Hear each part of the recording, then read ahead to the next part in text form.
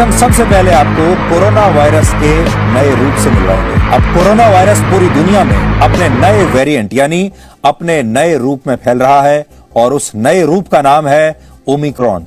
यह वायरस पहली बार south Africa में मिला है और तेजी से पूरी दुनिया में फैल रहा है और अब तक इसकी एंट्री 16 देशों में हो चुकी है। आपने भी अब तक इसका नाम सुन लिया होगा और आपके भी आसपास आपके परिवार में इसके बारे में चर्चा शुरू हो चुकी होगी।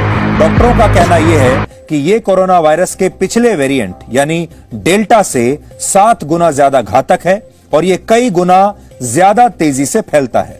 अभी तक आप डेल्टा को भूले नहीं होंगे, इसलिए आज हम आपको ओमिक्रॉन से सावधान रहने के तरीके बताएंगे। इस बीच भारत ने हाई रिस्क देशों की एक सूची तैयार की है जहां से आने वाले यात्रियों पर सख्त नियम लागू होंगे और अगर आप ओमिक्रॉन से बचना चाहते हैं, इसके बारे में और ज्यादा जानकारी चाहते हैं, तो आपको आज का ये डीएनए बहुत ध्यान से देखना चाहिए।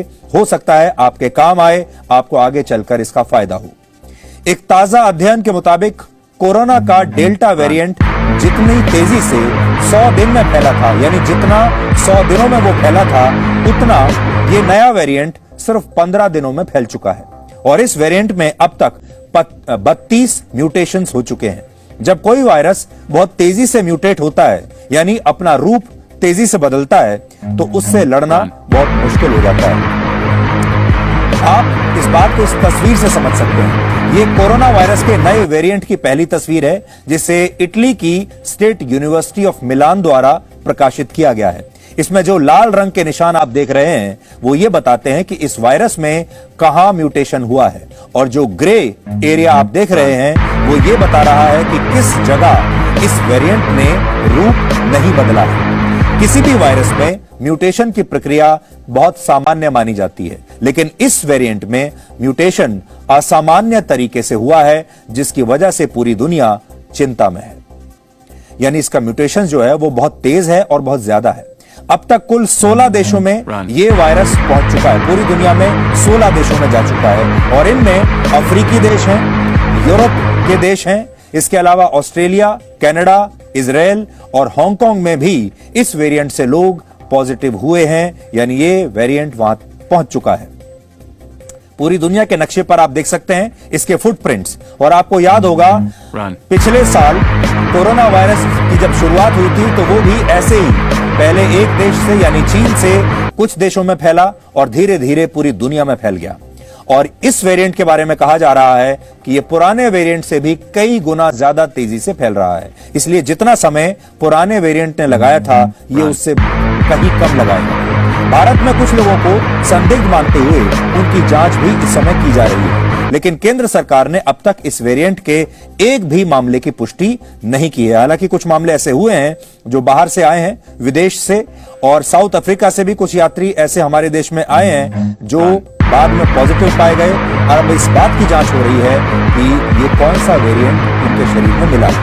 किसी भी वायरस में बदलाव होते रहते हैं, ये एक प्राकृतिक प्रक्रिया होती है। और मान लीजिए जैसे कोरोना वायरस किसी एक गेंद की तरह गोल आकार का है और इस पर जो ये कांटे आपको दिखाई दे रहे हैं उन्हें हम स्पाइक्स कहते हैं, जिनमें जेनेटिक मटेरियल होता है। जेनेटिक मटेरियल का मतलब यह है कि उस वायरस का डीएनए या आरएनए क्या है। कोरोना वायरस का जेनेटिक मटेरियल आरएनए है।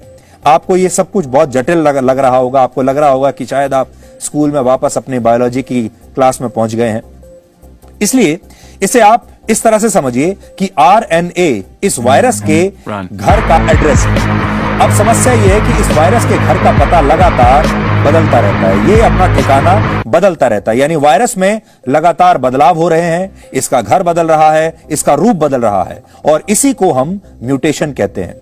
वायरस जब अपने घर का पता लगातार बदलता है यानी म्यूटेट होता है तो वो कई बार नए स्ट्रेन का रूप ले लेता है और अपनी एक अलग पहचान बना लेता है। इसे हम नया वेरिएंट या नया स्ट्रेन कहते हैं और ओमिक्रॉन भी इन्हीं में से एक है। पिछले एक वर्ष में वर्ल्ड हेल्थ ऑर्गेनाइजेशन कोरोना के 5 वेरिएंट्स को वेरिएंट ऑफ कंसर्न की सूची में रख चुका है। इनमें डेल्टा वेरिएंट भी था जिसकी वजह से भारत में कोरोना की दूसरी लहर आई थी और आप में से बहुत सारे लोग ऐसे होंगे जो उस दूसरी लहर को शायद भूल नहीं पाए होंगे अब तक।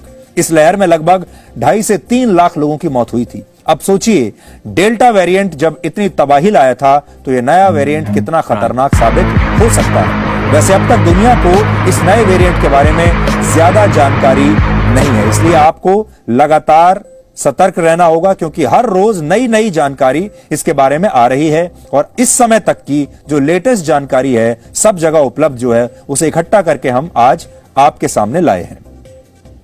वैज्ञानिकों को तो यह पता है कि यह वेरिएंट ज्यादा से ज्यादा लोगों को संक्रमित कर सकता है, लेकिन उन्हें यह नहीं पता कि इससे संक्रमित होने के बाद कितने मरीजों को अस्पताल में भर्ती होने की जरूरत पड़ेगी या पड़ती है। इसकी जानकारी तभी हो सकती है जब सभी देशों में वायरस की लगातार जीनोम सीक्वेंसिंग की जाए। मान लीजिए कि किसी देश में एक दिन में कोरोना के 100 नए केसेस मिले, अगर इन सब की जीनोम सीक्वेंसिंग नहीं हुई तो यह पता ही नहीं चल पाएगा कि उस देश में लोग नए वेरिएंट से संक्रमित हुए भी हैं या पुराने से संक्रमित हुए हैं और यह वायरस कितना खतरनाक है। उदाहरण के लिए भारत में कोरोना के 1% मामलों की भी जीनोम सीक्वेंसिंग नहीं हो रही है, जिससे यह पता लगाया जा सके कि हमारे देश में यह वेरिएंट पहुंचा भी है या नहीं और यह कितना खतरनाक है। हालांकि कुछ लोगों को संदिग्ध मानते हुए उनके सैंपल्स की जांच जरूर इस समय की जा रही है। इसके अलावा भारत सरकार ने इस नए खतरे को देखते हुए कई देशों को हाई रिस्क देशों की सूची में अब रख दिया है। मतलब इन देशों से जो यात्री अब भारत आएंगे उन्हें कड़ी निगरानी में रखा जाएगा और उनके लिए कोरोना प्रोटोकॉल भी बहुत सख्त हो जाएंगे। ये देश आप इस नक्शे पर देख सकते हैं।